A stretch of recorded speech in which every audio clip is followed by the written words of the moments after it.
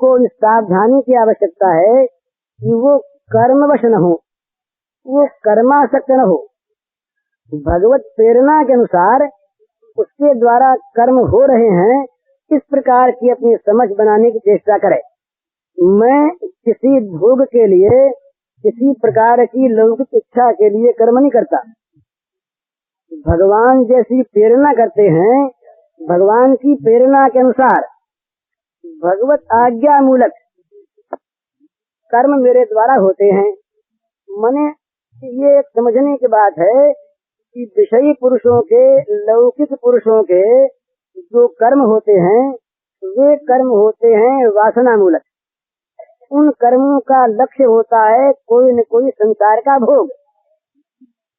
और साधक के जो कर्म होते हैं वो होते हैं भगवान की आज्ञा मूलक, और उनका लक्ष्य होता है भगवत प्रीति।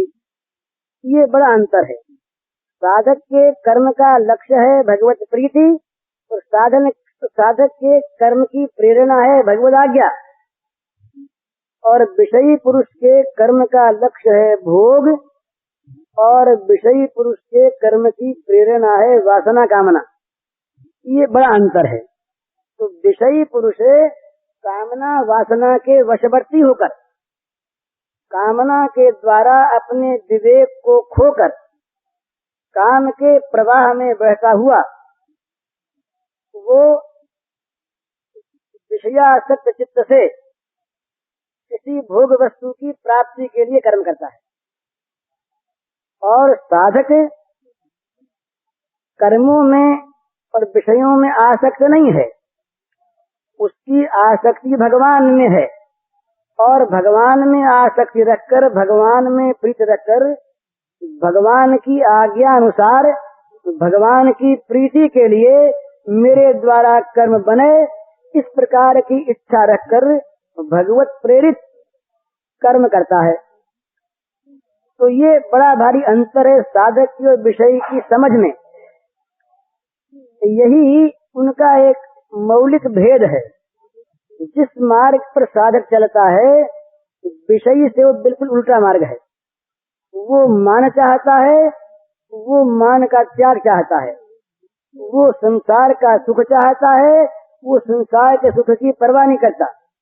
वो अपनी बड़ाई प्रशंसा चाहता है, और वो बड़ाई प्रशंसा को निंदा, अपने हानि करने वाली चीज मानता है। प्रतिष्ठा शुक्री विष्ठा, ये विषयी पुरुषों के लिए ये बात नहीं है। विषयान विश्व त्यज, ये विषयी पुरुषों के लिए बात नहीं है। ये साधकों के तीन प्रकार के मनुष्य होते हैं पामर को छोड़कर। जो पामर है वो मनुष्य तो निरंतर पाप कर्मों में ही लगा रहता है। विषयों की प्राप्ति के लिए भी उसके मन में केवल बुरी बुरी बातें ही आती हैं, और वो बुरे आचरणों के द्वारा विषयों की सिद्धि करना चाहता है। और विषय भी जो उसके लिए होते हैं वो अवैध होते हैं, अशास्त्रीय होते हैं, पतन करने वाले होते हैं। उसकी बात तो छोड़ दें। उसकी बात छोड़ देने के बाद तीन प्रकार के मनुष्य साधारणतया देखे जाते हैं। एक विषयी, एक मुमुक्षु या साधक, और तीसरा मुक्त या सिद्ध। तो सिद्ध और मुक्त पुरुष की बात तो हमें विशेष नहीं करनी चाहिए। उस अवस्था में पहुंचने पर जैसी स्थिति अंतःकरण की होगी उसके अनुसार काम होगा। अभी उसकी कल्पना हम थोड़ी बहुत कर सकते हैं, पर उस प्रकार का बनना बड़ा मुश्किल। वहाँ तो मानापमान समान है, वहाँ तो निंदा स्तुति समान है, वहाँ तो सुख दुख समान है, वहाँ तो विषय का त्याग ग्रहण समान है। लेकिन साधक के लिए समानता आवश्यक नहीं है। साधक को तो मान तो लगना चाहिए बुरा, अपमान लगना चाहिए अच्छा। सांसारिक सुख से साधक की वितृष्णा होनी चाहिए, तो सांसारिक दुख में सुख की भावना होनी चाहिए। सांसारिक लाभ में साधक को हानि की भावना होनी चाहिए, तो सांसारिक हानि में साधक को लाभ की भावना होनी चाहिए। संसार में ममता के पदार्थों की वृद्धि में साधक को हानि की भावना होनी चाहिए, और ममता के पदार्थों की कमी में साधक को लाभ की भावना होनी चाहिए। जगत में मान करने वाले लोग, सम्मान देने वाले, पूजा करने वाले लोग बढ़ें तो साधक के लिए दुख की बात होनी चाहिए। एकदम घट जाएं तो साधक के लिए सुख की बात होनी चाहिए। परंतु जो विषयी है वो इससे बिल्कुल उल्टा है। तो विषयी जो चाहता है साधक उससे विपरीत चाहता है। तो सिद्ध दोनों में सम है, ये अंतर है। तो हम लोग यदि साधक बने, साधक बनना चाहते हैं और हम आचरण रखना चाहते हैं अपना विषयी का सही, समता तो आती नहीं। हम समता की बात भले ही कर लें, निष्काम कर्म योग की बड़ी चर्चा हम भले ही कर लें, ज्ञान की बहुत बड़ी विस्तार की बात हम भले ही कर लें, बड़ी ऊंची प्रेम भक्ति की चर्चा हम भले ही कर लें, परंतु जब तक हमारे मन में ये राग द्वेष भरे हुए हैं, जब तक हमारे मन में विषयों की आसक्ति और प्रीति है, जब तक हम विषयों के गुलाम हैं, दास हैं, तब तक ये सारी बातें होती हैं, इनमें वास्तविकता नहीं होती। तो साधक को तो अभ्यास पूर्वक अपने को इस प्रकार का बनाना है, अपने को उस मार्ग में ले जाना है जो मार्ग विषयी पुरुषों के मार्ग से भिन्न है, उल्टा मार्ग है। उससे ऐसी मनोवृत्ति बनानी है, ऐसी मनोवृत्ति बनानी है कि जिसमें हमें मान में अपमान का बोध हो, जिसमें हमें सांसारिक लाभ में हानि का बोध हो, जिससे हमें सांसारिक सुख में दुख का बोध हो, जिसमें हमें सांसारिक बड़ाई में निंदा का बोध हो। ये भगवान ने गीता में बताया कि संसार से वैराग्य करो। वो कैसे होगा? दुख दोषानुदर्शनम, दुख दोष का बार बार दर्शन करो। संसार के प्रत्येक भोग में, संसार की प्रत्येक वस्तु में, संसार की प्रत्येक अनुकूल स्थिति में दुख का बोध करो। अगर दुख का बोध नहीं होगा, सुख का बोध होगा। ये बहुत समझने की बात है। संसार के भोगों में सुख बोध भी हो, उनको प्राप्त करने की तीव्र इच्छा भी बनी हुई हो, और भगवान को भी प्राप्त करना चाहें, ये बात बनती नहीं है। जहाँ काम तहाँ राम नहीं, जहाँ राम नहीं काम, तुलसी कबहू न रह सकें रवि रजनी एक ठान। जैसे सूर्य और रात्रि ये दोनों एक साथ एक जगह नहीं रहते, इसी प्रकार से राम और काम, भगवान और भोग एक साथ एक घर में एक आसन पर एक समय नहीं रह सकते। ये सिद्धांत है। इसलिए ये साधक के लिए एक आवश्यक बात है ये, वो अगर उसको भोगों के त्याग का अवसर मिलता है उसे सौभाग्य माने। ये न माने कभी भी कि भाई देखो हम तो बड़े अभागे हैं, वो तो सुख पा रहे हैं, हम दुखी हैं। ये दृष्टि जहाँ है ना, जैसे किसी आदमी के पास बहुत कम पैसे हैं और कोई आदमी बहुत धनी है। किसी आदमी के पास संसार के सुख खाने के, पहनने के, मोटर के, गाड़ी के, मकान के, आराम के ज्यादा हैं, और किसी आदमी के पास बहुत कम है। अब वो ज्यादा वाले को देखकर कम वाला यदि कहीं अपने मन में ये समझता है कि देखो भाई उनके भाग्य बड़े जोर हैं, भगवान की बड़ी कृपा उन पर है, उनके पास सब प्रकार के आराम के साधन मौजूद हैं, और हम तो दुखी हैं, अब क्या करें, सहना ही पड़ता है, संतोष करो। तो ये जो भावना है इस बात को प्रकट करती है कि उन भोगों में, उन भोग वस्तुओं में, उन आराम की चीजों में उसके मन में महत्व है, उसके मन में गौरव है। तो जिसका भोगों में गौरव है, जिसके मन में भोगों के प्रति महत्व बुद्धि है, वो भोगों के त्याग का जो साधन है वो कैसे करेगा? उसको तो साधक को सबसे पहले मनोवृत्ति बदलने का अभ्यास करना है। जो बात विषयी पुरुषों के लिए अनुकूल है वो सारी बातें उससे प्रतिकूल होनी चाहिए। उसे आनंद मिलना चाहिए अपने त्याग परक और संसार की वस्तुओं के अभाव परक जीवन में, ये मानना चाहिए। और ये बात ही तो है, ये दुखी लोग, निर्धन लोग, विधवा माताएं, अभी सुखी हो सकती हैं, अभी अभी, अगर इनके मन की धारणा बदल जाए। अगर ये यूं समझ लें कि नरकों में ले जाने वाले, दुर्गति करने वाले, संसार में फंसाने वाले जो विषय हैं, उन विषयों से हमको भगवान ने अलग कर दिया है। ये भगवान की बड़ी कृपा हम पर है कि जिससे, और ये भगवान ने स्वयं कहा है, भला ये कोई मैं अपनी बात नहीं कहता, भगवान ने कहा है कि जो फंसे रहते हैं विषयों में, धन में, उन पर जब मैं कृपा करता हूँ, यदि हम अनुगृह्णामि हरिष्येत धनम शनैः, जिन पर मैं कृपा करता हूँ उनके धन को हरता हूँ। धन माने संसार के विषय। तो अगर संसार के विषय हमें भगवान ने नहीं दिए, अथवा भगवान ने दिए हुए विषयों को ये समझकर इसमें फंस जाएगा, हर लिए, तो भगवान ने कृपा की या कोप किया, ये हमारे लिए अच्छा हुआ या बुरा हुआ। मान लीजिए कि कहीं दीपक जल रहा है और दीपक की बड़ी सुंदर मनोहर ज्योति है, उस ज्योति के प्रति आकर्षित होकर पतंगे उड़ रहे हैं उसकी तरफ, उड़ करके उस ज्योति में जाकर अपने को भस्म कर रहे हैं। अगर कोई पुरुष उस दीपक को बुझा दे, अथवा उस दीपक के और पतंगों के मार्ग में, मिलने के मार्ग में बीच में लंबा पर्दा लगा दे और पतंगों को उधर जाने से रोक दें, तो जरा विचार के बताइए ये पतंगों का उपकार हुआ या अपकार।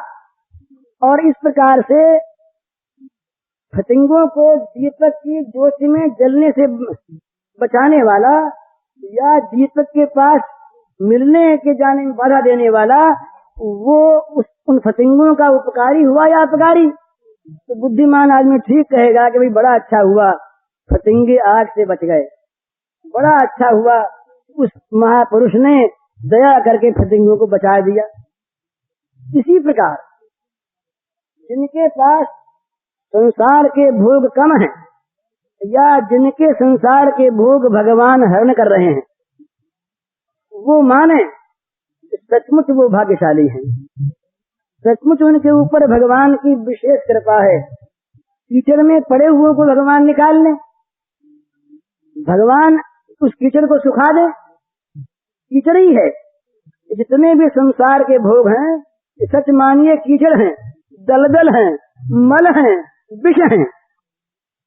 इनमें से अगर कोई हमको निकाल ले, इनमें फंसने से अगर कोई हमें बचा ले, इस कीचड़ में से कोई हमें उबार ले, तो वो उबारने वाला हमारा हितैषी है या वो हमारा द्वेषी है।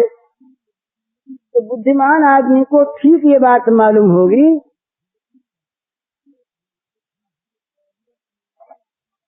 बुद्धिमान समझदार आदमी को ठीक ये बात मालूम होगी कि हमें कीचड़ में से जो निकालता है या हमारे लिए उस कीचड़ को सुखा ही देता है, वो पतंगे को आग में जाने से बचाने वाला या उस आग को ही बुझा देने वाला, ये पतंगों के लिए उपकारी होता है, दयालु होता है। इसी प्रकार से जब भगवान दया करके हमें जगत के भोग नहीं देते या मिले हुए भोगों को हर लेते हैं, तो हमें वहाँ यह मानना चाहिए कि भगवान ने बड़ी कृपा की, बड़ा अनुग्रह किया कि हमको इस कीचड़ से हमको निकाल लिया, इस आग में बचने से हमको बचा लिया। ये भावना अगर अभाव वालों के मन में हो जाए, ये भावना विधवा माताओं के हृदय में बैठ जाए और वो अपने को सौभाग्यशाली नहीं माने, तो उनका जीवन बढ़ जाए। तो साधक में बस यही अंतर होता है विषयी पुरुष में। जिन चीजों को विषयी पुरुष अपने लिए आवश्यक, अपने लिए बहुत हित की वस्तु मानता है, उन्हीं वस्तुओं को साधक मुमुक्षु अपने लिए अहित की मानता है, फंसाने वाली मानता है। वो मान चाहता है विषय, ये मान नहीं चाहता, बल्कि अपमान में प्रसन्न होता है।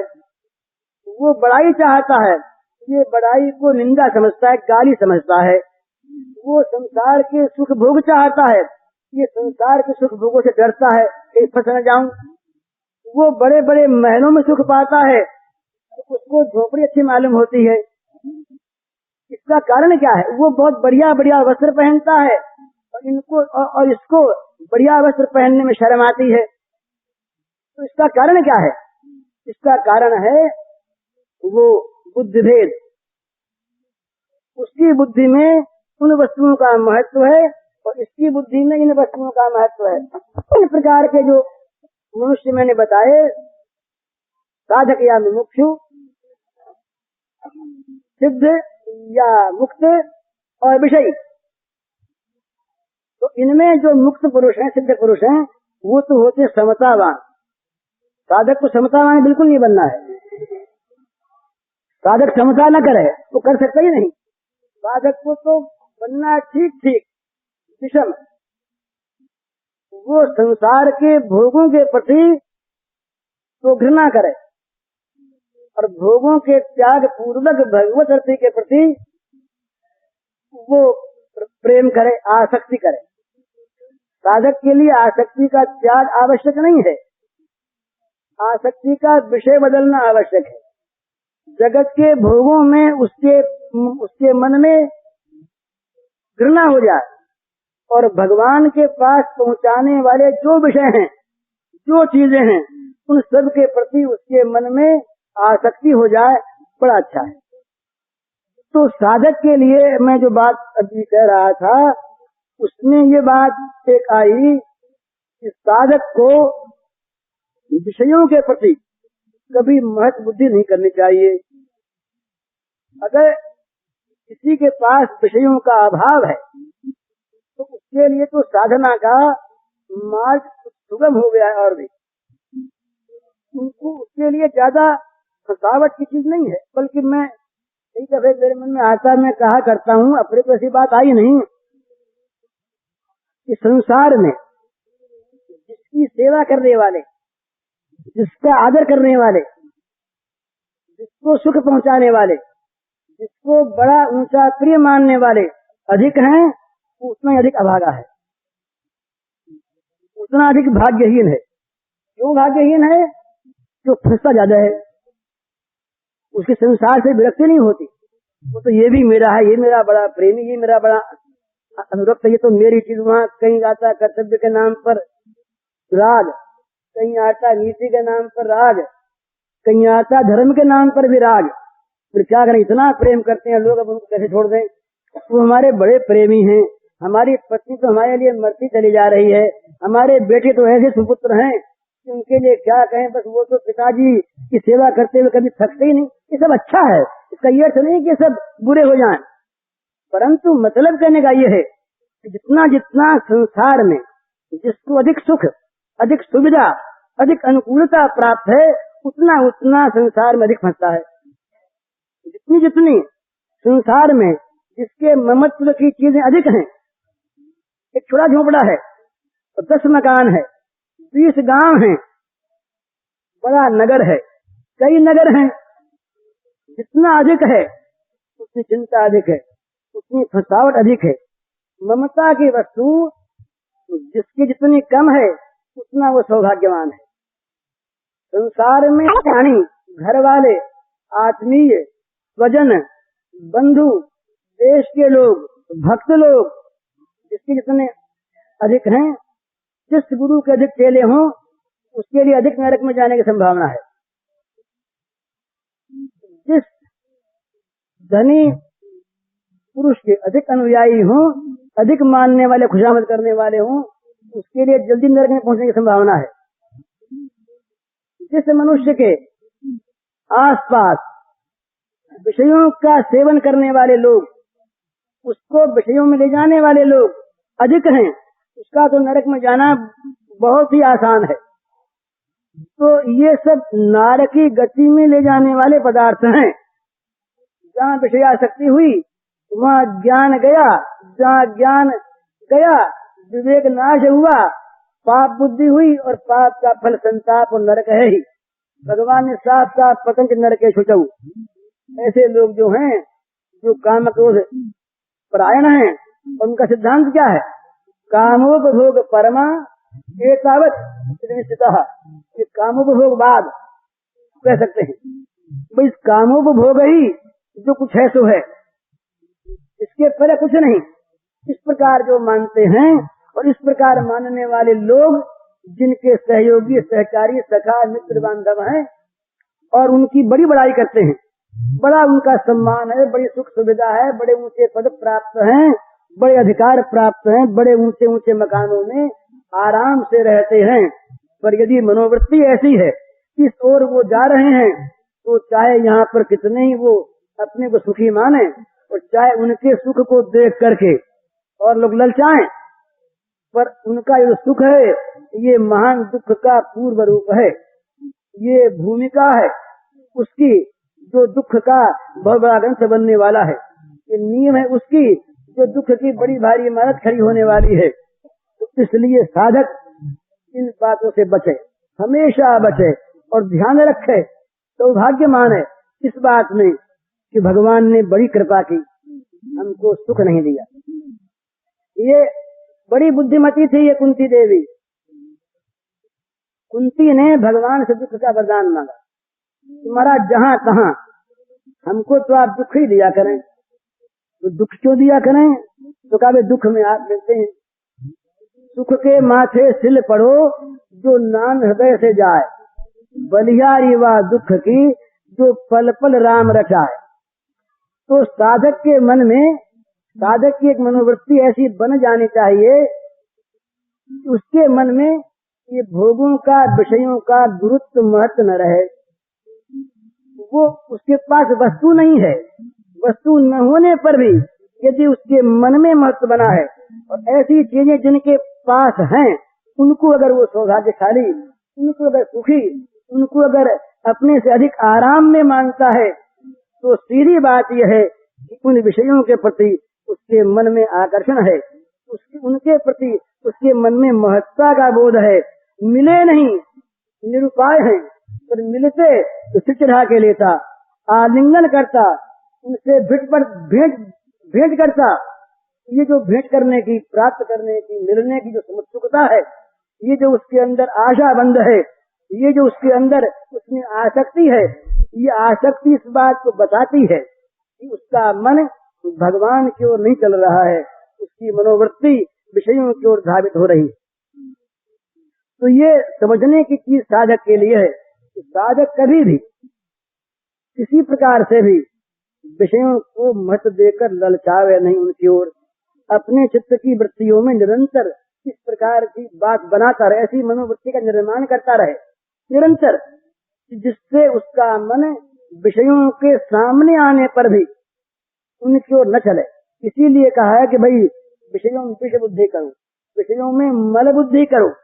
ये मल बुद्धि हो जाए, विषय बुद्धि हो जाए तो सामने रहने पर भी उनसे चित्त उपरत रहता है। और नहीं तो चित्त जब तक उपरत नहीं हुआ विषयों से, तब तक विराग की बात से विराग नहीं होता, विराग के कपड़े पहनने से विराग नहीं होता, काट पहनने से विराग नहीं होता।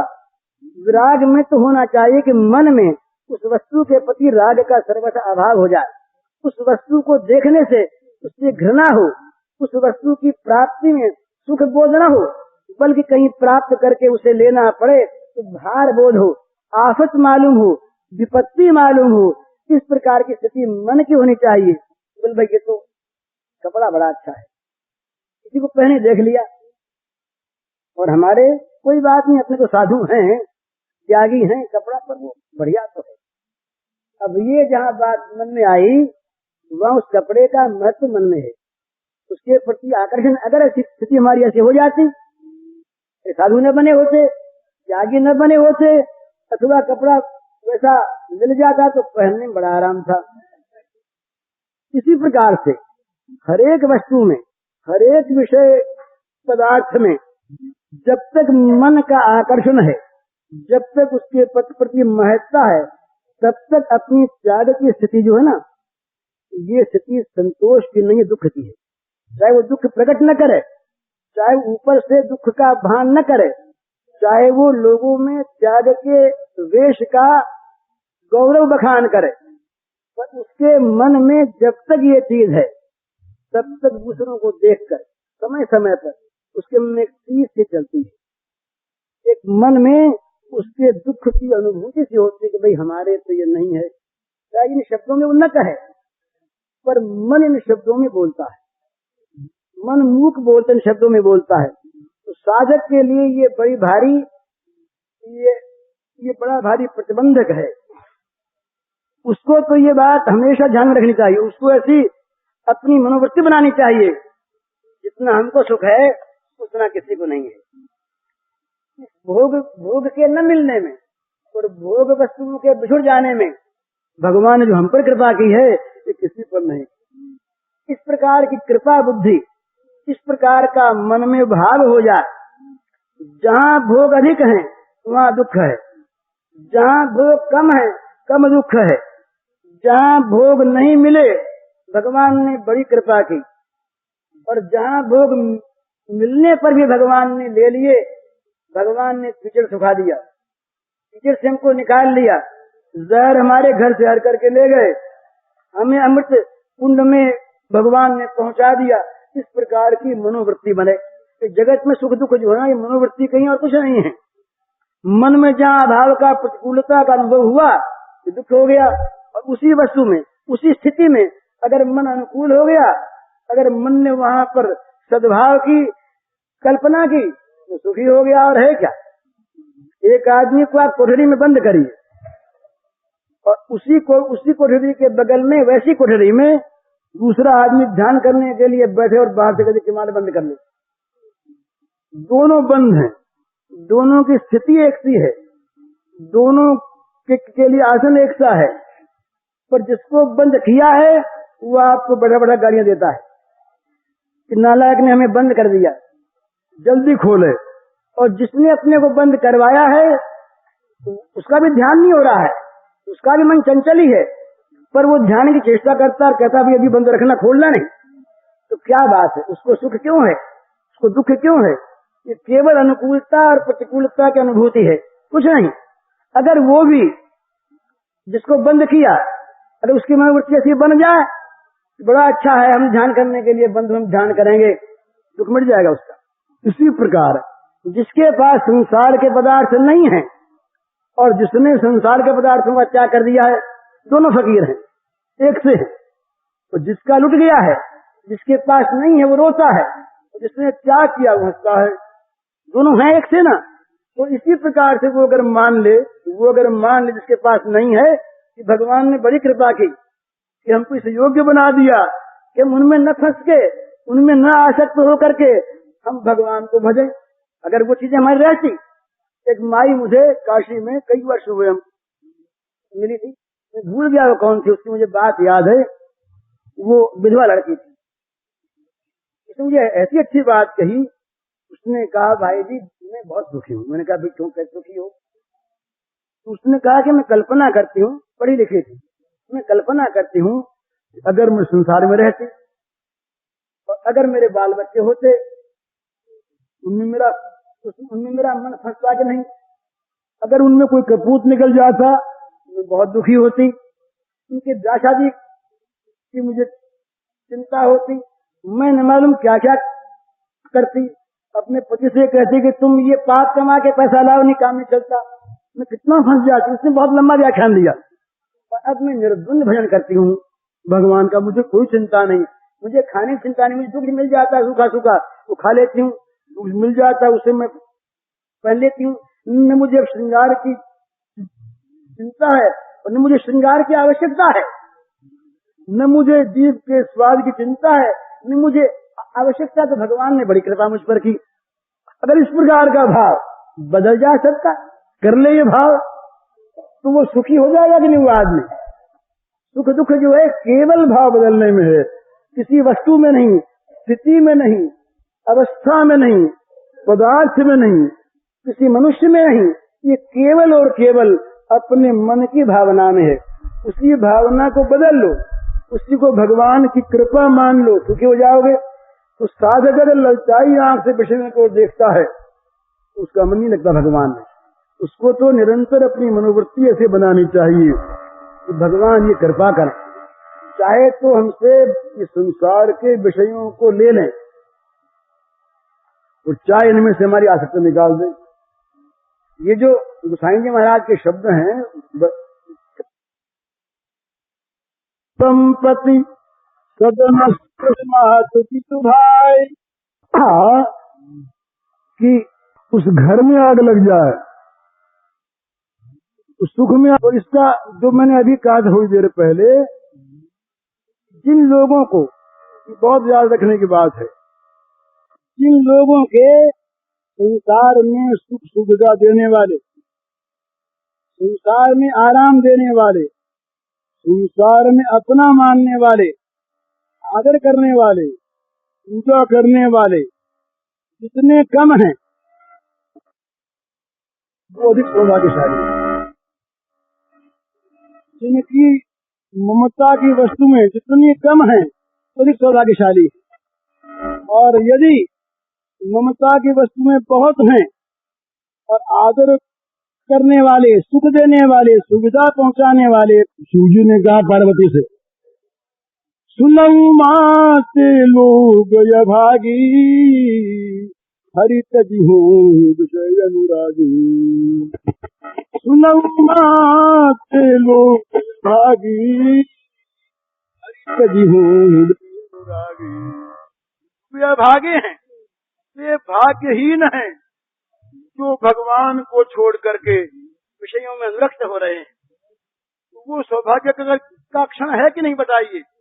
वो सौभाग्य का दिन है कि नहीं, जिस घड़ी, जिस दिन इन संसार के विषयों से उसकी प्रीति हटकर भगवान की ओर लगने लगती है। यही तो अच्छा अवसर है सौभाग्य का। यही तो जीवन का शुभ समय है। यही तो बड़ा अच्छा मुहूर्त है जिसमें भगवान को लगता है। ये मानव जीवन में का दिन, का क्षण वो है, इस क्षण विषयों से उसका मन हटे और भगवान में लगने लगे। उसमें चाहे सारे विषयों का विनाश हो जाता हो, सब विषय जल जाते हो, सबसे सम जाता हो, सबका नाश हो जाता हो, कोई परवाह नहीं। अगर हमारा मन, अगर हमारी वृत्ति भगवान की झुकने लगी, ये शुभ बात है सौभाग्य का, ये शुभ मुहूर्त है अच्छी सौभाग्य का। ये जहाँ पर पदार्थ, जहाँ जाकर पुरानी पदार्थ संसार में छुपाए हुए हैं, जिनके कारण से फंसे हैं, तो सच्ची बात नहीं है, छुपाने वाले कोई नहीं है। उनका तुम बहाना करते हैं, छुपाने वाला हमारा मन है। हम फंसे हुए हैं, अपन को आत्म ही बिसरो, जैसे स्वान कांच मंदिर में धन धन भू समरो। ममता हमने फैला रखी है, ये हमारा, ये हमारा, ये हमारा। हमारा ज्ञान यहाँ तो पड़ा हुआ है कि ममता की छाप हमारी दफ्तर है, मेरे बगल में जमीन है, ये भी हमारी ममता की छाप में आ जाए। अरे किसी की तो है ना, भगवान की रहेगी, न उसकी है न तुम्हारी है। पर मनुष्य का ये मोह होता है कि हमारी ममता की छाप उस पर लग जाए, लोग कहें इनकी है, कुछ नहीं होता उसमें। जिनकी है उनकी रहती है। रामकृष्ण परमहंस महाराज ने एक जगह ये बात कही, बड़ी सुंदर बात कही कि भाई भगवान को 2 बार बड़ी हंसी आती है। ये उनकी ग्रामीण बात, बड़ी बड़ी बड़ी शुद्ध बात। कहा भाई भगवान को 2 बार हंसी आती है। कहा कि कब कब हंसी आती है? बोले एक तो जब जमीन बांटने वाले लोग अथवा भाई भाई जब बंटवारा करते हैं और कहते हैं एक हाथ मेरी, वो कहता नहीं एक हाथ मेरी, तब भगवान हंसते हैं। भाई ये कैसे इस जमीन को मेरी मेरी कह रहे हैं, जेब में डाल नहीं सकते, इसको मुंह में डाल नहीं सकते, जहां की तहां जमीन रही उस सारी जमीनों में आकर ये बैठ नहीं सकते, सब में आके सो नहीं सकते, और ये मेरी मेरी कहते हैं। किसी की रही आज तक जमीन, जहां रही जैसे रही वैसे वैसे रही, और जिस मालिक की रही उसके रही, तो हंसते हैं। और जब दूसरे भगवान कब हंसते हैं?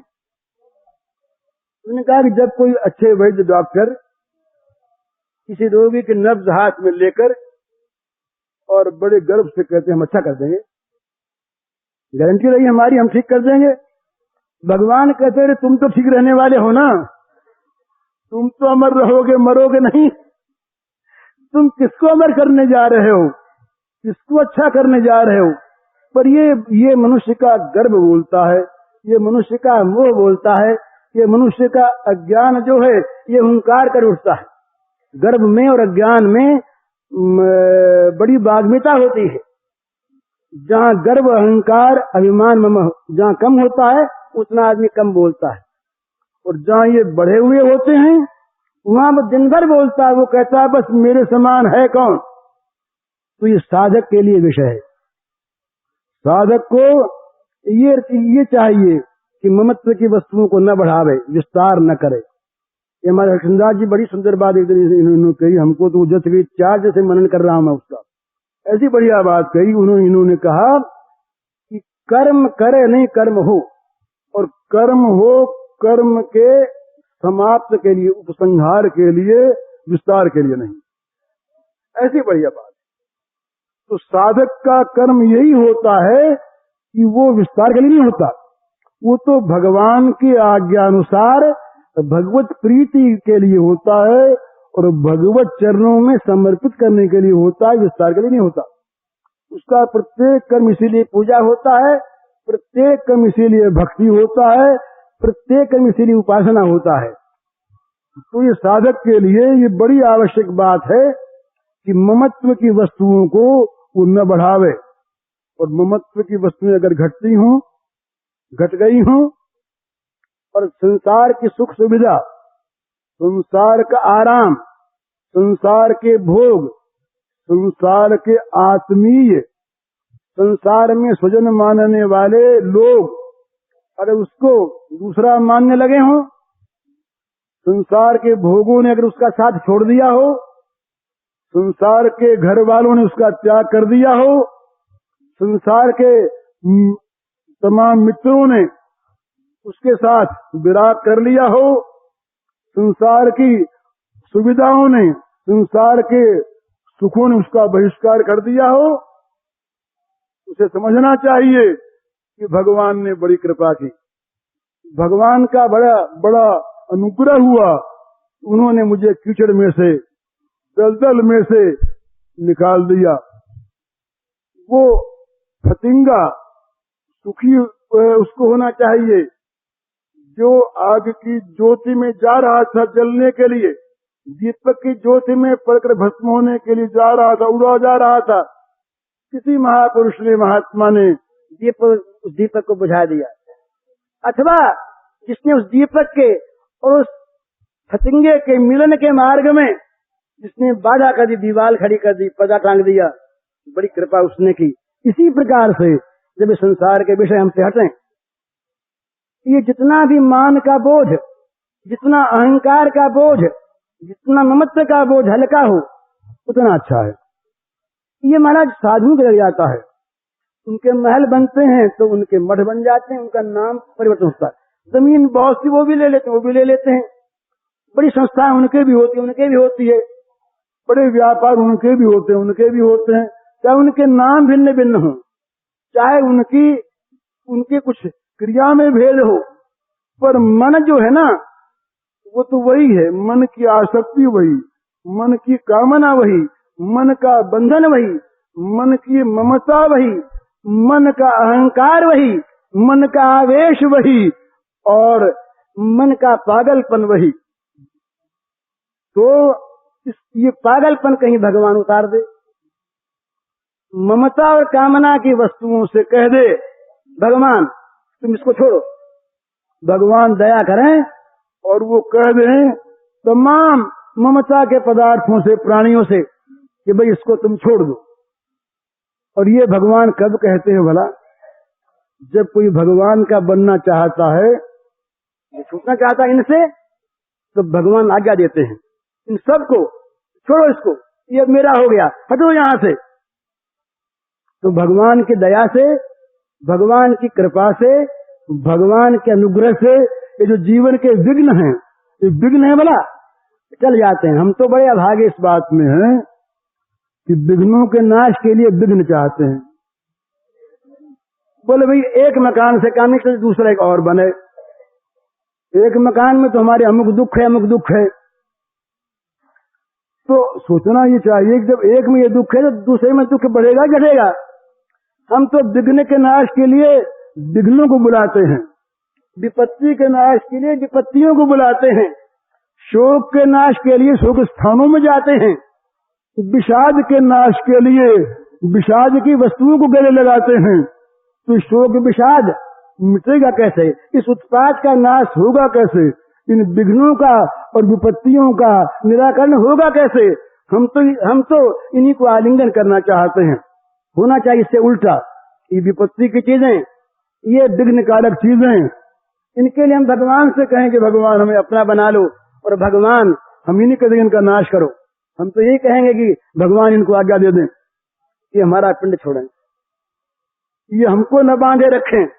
माना हमारा मनी बन रहा है पर ये हमारे पास आती है ना, अगर नहीं आवेंगी, हमारा पिंड छोड़ देंगी तो संभव है कुछ दिनों के बाद हम इनका वियोग सह करके और भगवान को लग जाएंगे। तो बड़ा अच्छा है ये ममत्व की वस्तुएं, ये आदर सम्मान देने वाली वस्तुएं, ये सुख सुविधा पहुंचाने वाली वस्तुएं, ये आत्मीय स्वजन जो संसार में हमको फंसाए रखते हैं, ये हमको छोड़ दें। हम नहीं कहते इनका नाश हो, हम कहते हमको छोड़ दें, दया करें हमारे ऊपर। हम पर विपत्ति आवेगी एक बार, हम चाहे रोएंगे एक बार, फिर रोना हमारा हंसने के लिए होगा। हमारे सौभाग्य सूर्य का उस दिन उदय होगा, हमारे सौभाग्य का शुभ मुहूर्त होगा, हमारे जीवन की सफलता का वो शुभ क्षण होगा। जिस क्षण हमारे मन में इनसे अरुचि होगी, इनसे विरक्ति होगी और भगवान को हमारी मनोवृत्ति का लगना प्रारंभ हो जाएगा। लगी नहीं अभी, तो ये साधक का कर्तव्य है। इस प्रकार से साधक को, इस प्रकार से प्रत्येक मुमुक्षु को, इस प्रकार से प्रत्येक भगवत के मार्ग में चलने वालों को बनना चाहिए। ऐसी मनोवृत्ति बनानी चाहिए। स्वांग से नहीं होता कोई काम। अगर हम बात करें, हम स्वांग करें कुछ नहीं होता। ये तो बदलना मन को है ना। हम अगर चले गए घर छोड़कर कहीं, तो मन कहाँ जाएगा? तो तुम्हारे साथ जाएगा। तो बदलना है मन को, बदलना है मन के अभिलाषाओं को, बदलना है मन की वासनाओं को, बदलना है मन की चाल को। ठीक कहना, इसी काम के लिए ये अभ्यास है, इसी काम के लिए वैराग्य है, इसी काम के लिए सत्संग है, इसी काम के लिए भगवत उपासना है कि हमारा मन किसी प्रकार से बदले, इनकी ओर से हमारे मन में अरुचि हो, अनासक्ति हो, घृणा हो और हम भगवान की ओर हमारा जीवन जरा सा भी लगे, फिर भगवान अग्रसर कर देंगे, अपने आप ले जाएंगे। पर पहले इनसे हटना आवश्यक है। इनसे हटने के लिए एक बड़ी जरूरी बात है, उनमें लगना आवश्यक है। इसलिए दोनों काम साथ हो। मन भगवान में लगे, भगवान का सौंदर्य, माधुर्य, ऐश्वर्य, भगवान की महान महान सुंदर गुणावली, ये हमारे ध्यान में आवे। इनका हम मनन करें, बार बार इनकी ओर देखें और इधर यहाँ के दुखों की ओर, दोषों की ओर, इन विपत्ति की ओर हम देखें। ये तो ऐसी चीज है कि सुख रूप दिखती है दुख भरी हुई, विषय से भरा कनक खटे जैसे। ये ऐसी चीज है जहर भरा अंदर, ऊपर से सोने का मुलम्मा दिखता है। विष कुंभम पयो मुखम, ये जहर भरा घड़ा है, केवल ऊपर से दुधमुहा है। ये संसार के तमाम सुख देने वाले अनुकूल से अनुकूल विषयों का स्वरूप है।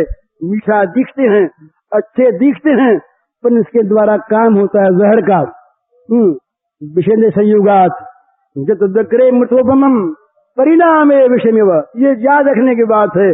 जितने भी इंद्रियों का विषयों से संयोग होने पर जो सुख की प्राप्ति हमें होती है, अनुभूति होती है, वो सुख भोगने के काल में मालूम होता बड़ा मीठा, अमृत के समान, पर उसका परिणाम होता है वही जो जहर का होता है। परिणाम विषयमेव, तो ये जहर भरा हुआ मीठा विषय है।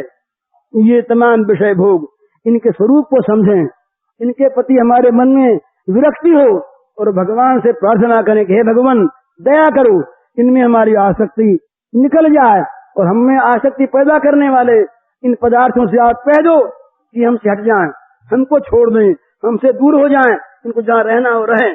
और जब भगवान ऐसी स्थिति हमको दे दे, इस प्रकार की स्थिति जिसमें हमारे पास विषय नहीं है, भोग नहीं है, आदर करने वाला कोई मित्र नहीं है, हमारी सुख सुविधा देखने वाला कोई स्वजन नहीं है, हमारे आराम के योग्य पदार्थ नहीं है, सुंदर घर नहीं है, सुंदर कपड़े नहीं है, आदर नहीं है, हम भगवान का धन्यवाद करें। हम भगवान से कहें कि बड़ी कृपा आपने की, बड़ी कृपा आपने की, बड़ा अनुग्रह आपने किया, अरे तुम बहुत अनुग्रह कीनो, बड़ी दया आपने की कि हमको आपने दया करके इस कीचड़ में से निकाल लिया। इसका अर्थ ये नहीं है कि जिनके पास हो आग लगा दें, आग तो लगा दें, आग लगा दें किस चीज में? इनमें जो अपना ममत्व है उस ममत्व में आग लगा दें। इनको हम अपना मान रहे हैं, जो अहंकार से हम इसके स्वामी बने रहे हैं उस स्वामित्व में आग लगा दें। ये सब चीजें भगवान के करते हैं। भगवान की चीज हम तो केवल गुमाश्ते हैं, हम केवल चाकर हैं, हम केवल आज्ञावाही नौकर हैं। उनकी दी हुई वस्तु उनकी वस्तु है, हम केवल संभाल करने वाले हैं। हमारा धन नहीं, हमारी संपत्ति नहीं, हमारा घर नहीं, हमारी बुद्धि नहीं, हमारा शरीर नहीं, हम तो केवल और केवल उनके आज्ञावाहक हैं। वो जहाँ रखें, जैसे रखें, यहाँ से हमारी बदली कर दें, ट्रांसफर कर दें यहाँ से, और कहीं वहां भेज जाए कुछ भी नहीं। उनकी चीज, उनका घर, उनकी दुकान, हम केवल सेवक हैं।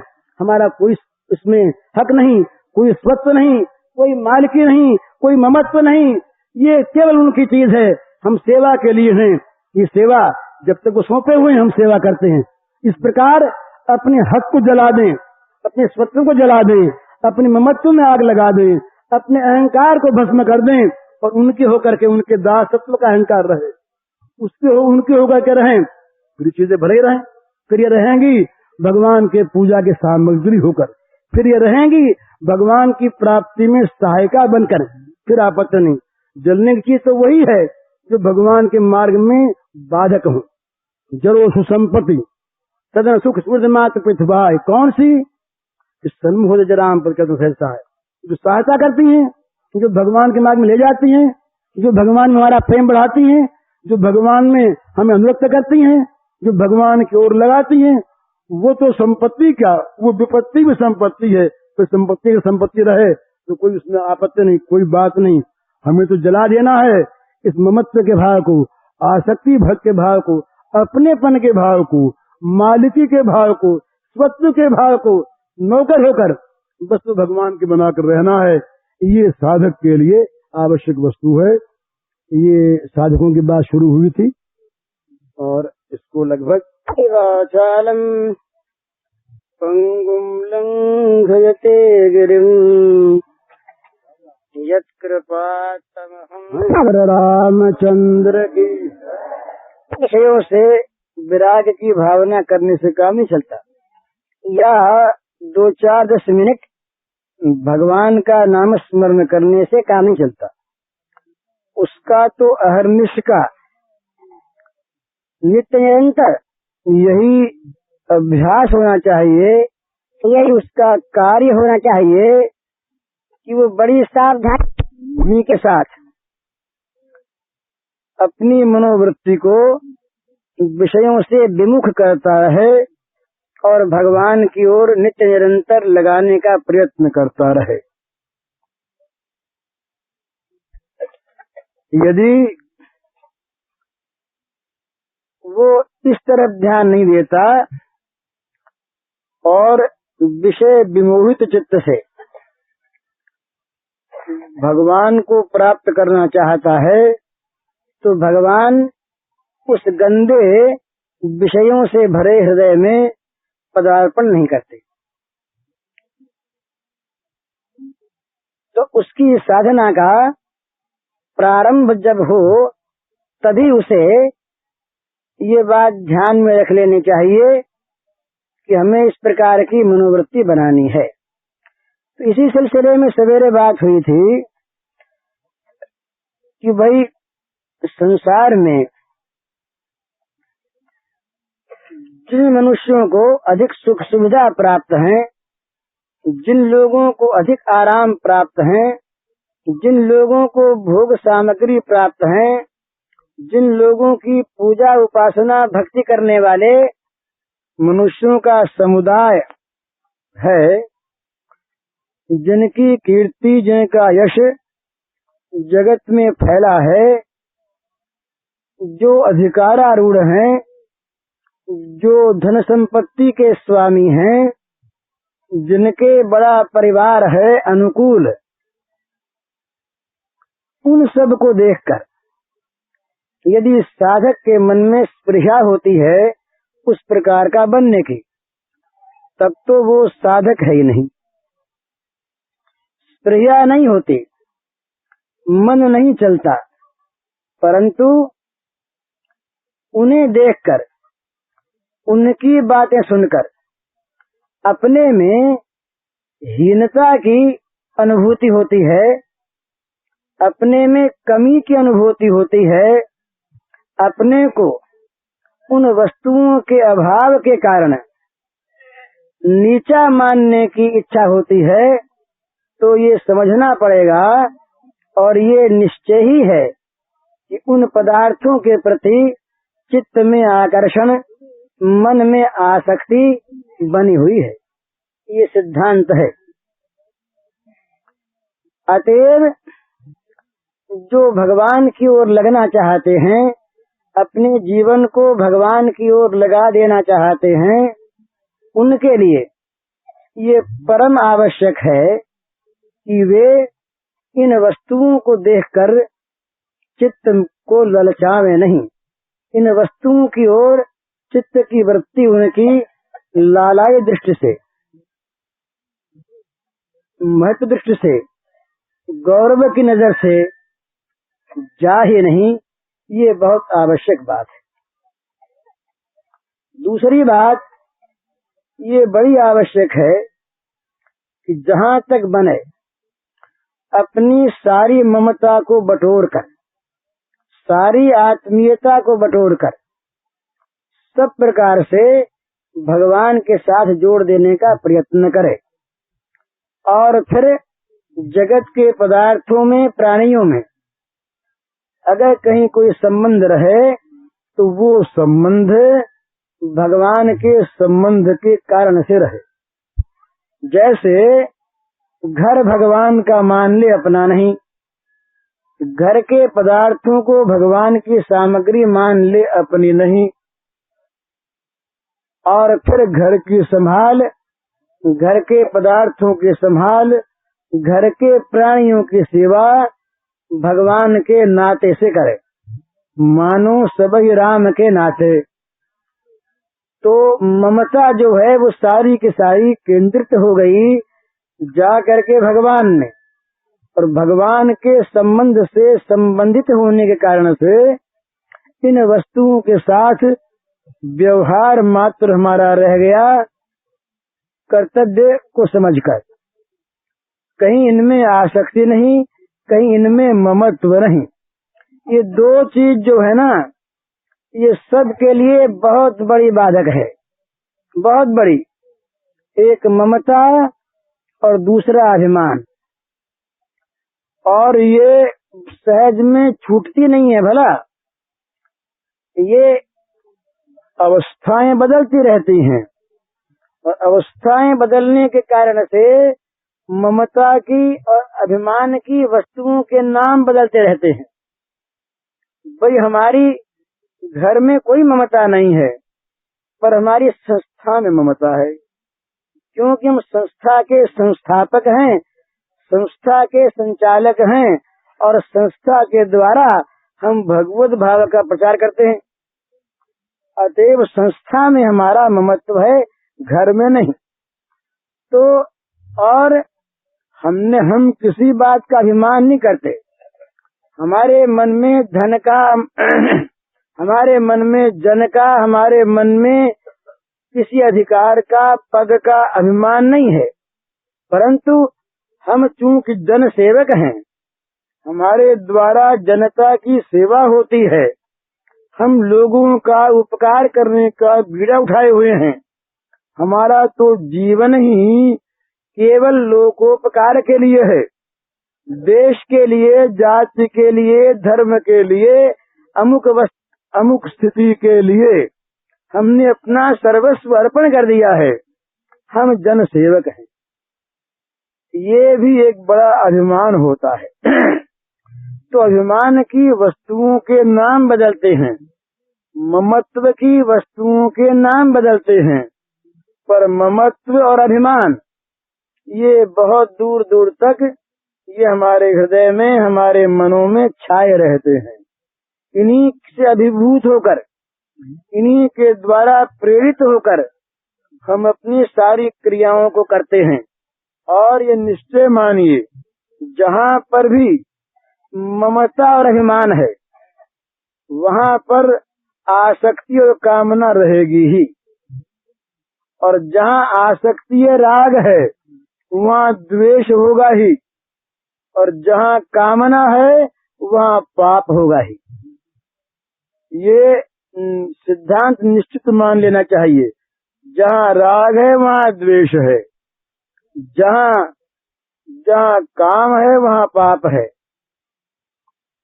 और जहाँ ममता है और अभिमान है, वहाँ राग और काम रहे बिना रहते नहीं। इसलिए ममता और अभिमान का त्याग जहाँ तक बने, ऐसी मनोवृत्ति साधक बनावे कि जिसमें ममता को और अभिमान को स्थान न रहे। और भक्तों ने कहा, महात्माओं ने बताया कि भाई न माने मन ममता का अभिमान का त्याग न कर सके तो ममता के अभिमान के विषय को बदल दे, एकमात्र उसको भगवान से जोड़ दे। ममता मम पदकंज, भगवान ने कहा कि सारी ममता सब जगह से निकल के मेरे चरणों में आ जाए। सबकर ममता ताग बटोरी, मम पद मनहि बांध बर डोरी। सब जगह से सब प्रकार की ममता सिमट कर उसकी मजबूत डोरी हो जाए धागों की, और अपना मन भगवान के चरणारविंद के द्वारा उस ममता के रस्सी से बांध दिया जाए। अर्थात भगवान के चरण कमल ही मेरे, और कुछ मेरा रह न जाए। और अभिमान करने की वस्तु क्या हो? वो हो भगवान का दासत्व। अस अभिमान जाय नहीं भोरे, मैं सेवक रघुपति पति मोरे। ऐसा अभिमान हृदय से कभी जाए नहीं कि मैं तो दास हूँ और भगवान जो राघवेंद्र हैं ये मेरे एकमात्र स्वामी हैं। तो भाई ममता और अभिमान साधक रखे तो इस प्रकार का रखे, ये रखे संसार की वस्तुओं में, स्थितियों में, पदार्थों में, प्राणियों में, कार्यों में ममता और अभिमान न रखे। इनका जहाँ तक बने ह्रास और विनाश करता चला जाए। पर ये ऐसी चिपटी हुई अंदर की चीज है कि बहुत बहुत सावधान रहने पर भी कहीं न कहीं बोले ये हमारा मत है, ये हमारा सिद्धांत है, ये हमारा कर्तव्य है, ये हमारी नीति है, ये हमारा निर्धारित मत है। इस प्रकार से वो कामना और इस प्रकार से अभिमान ये न मालूम कैसे कैसे हृदय में आकर के निवास कर जाते हैं, बस जाते हैं। और केवल बस ही नहीं जाते, वो मनुष्य के जीवन को अभिभूत कर लेते हैं, उसके जीवन पर छा जाते हैं।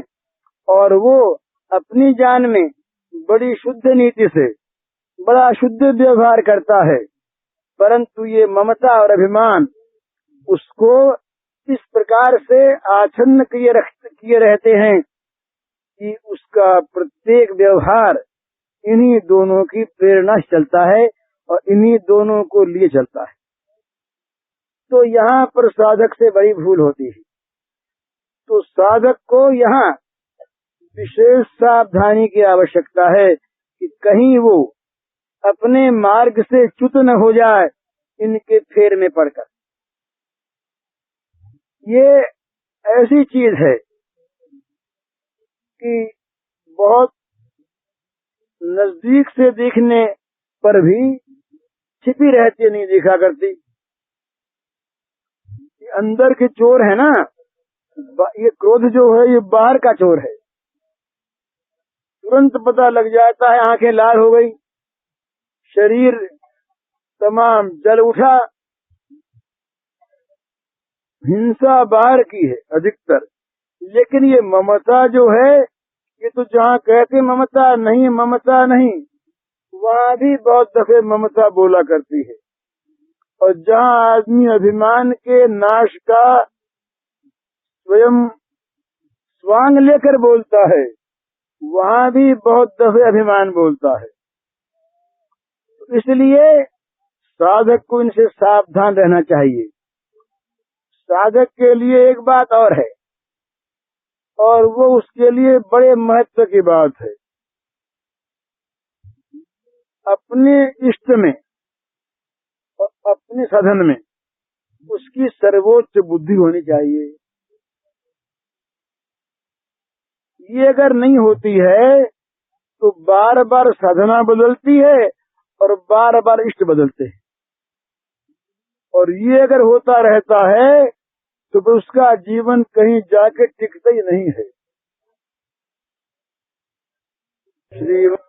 तो मैं ये कह रहा था कि साधक के लिए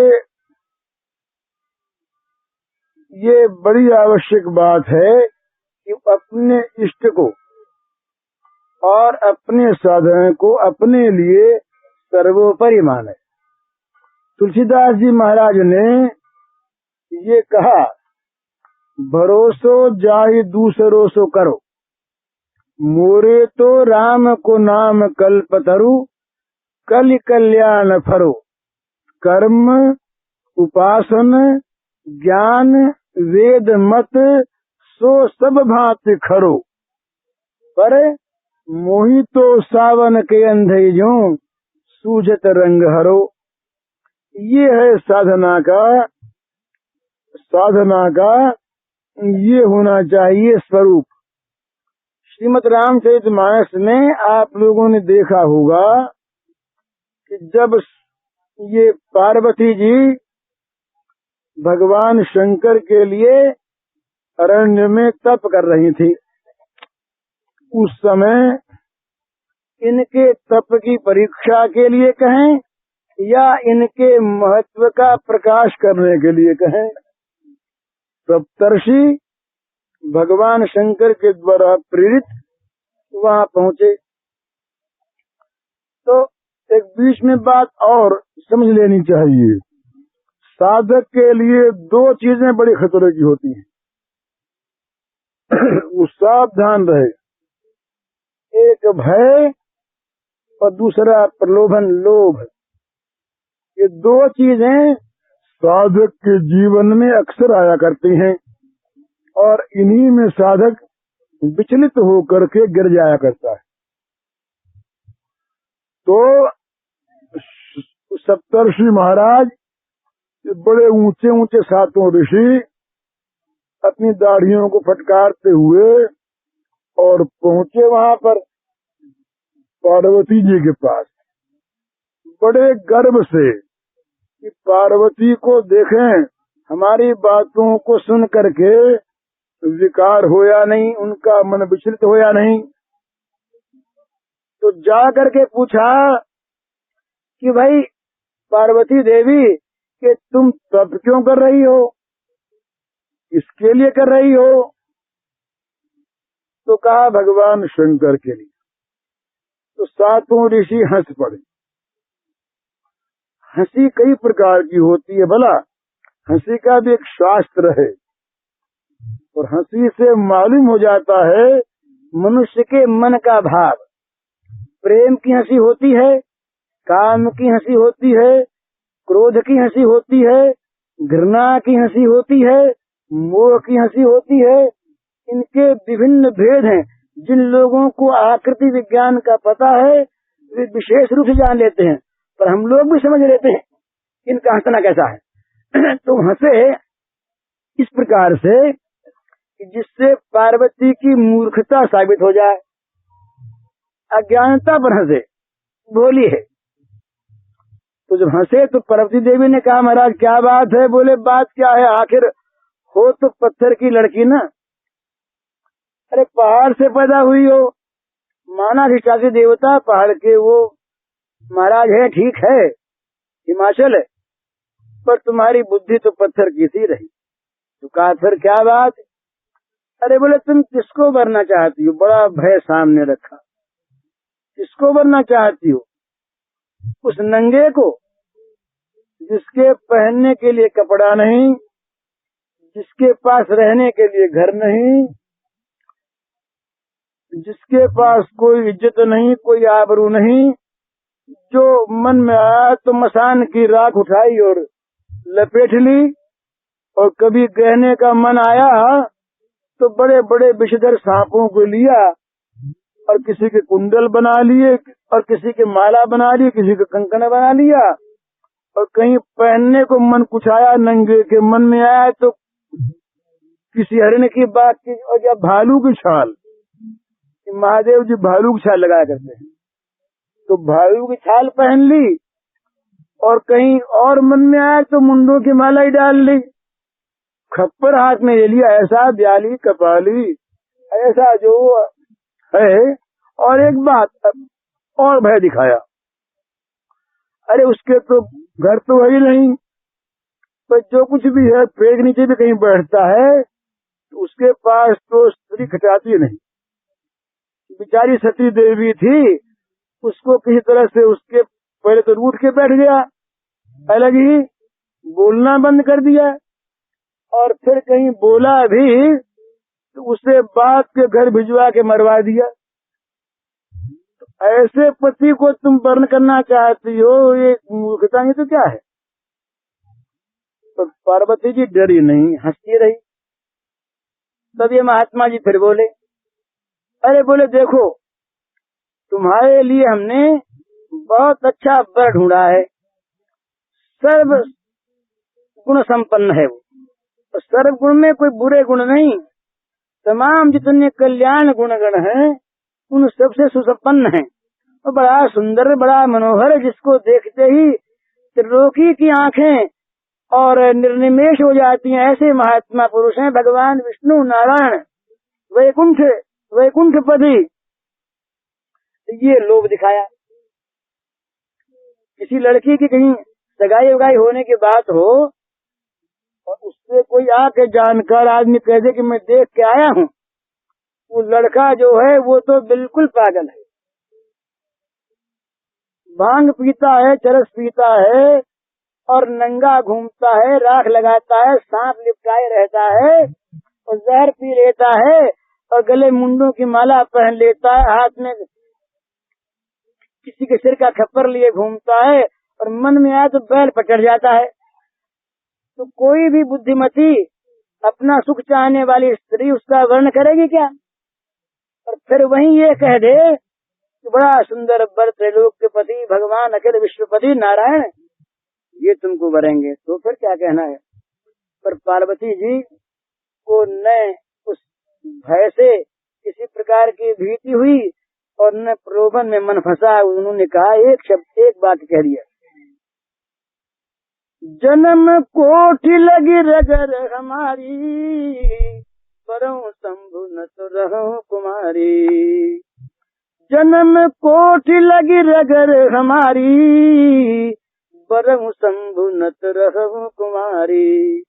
महादेव अवगुण भवन, विष्णु सकल गुण धाम।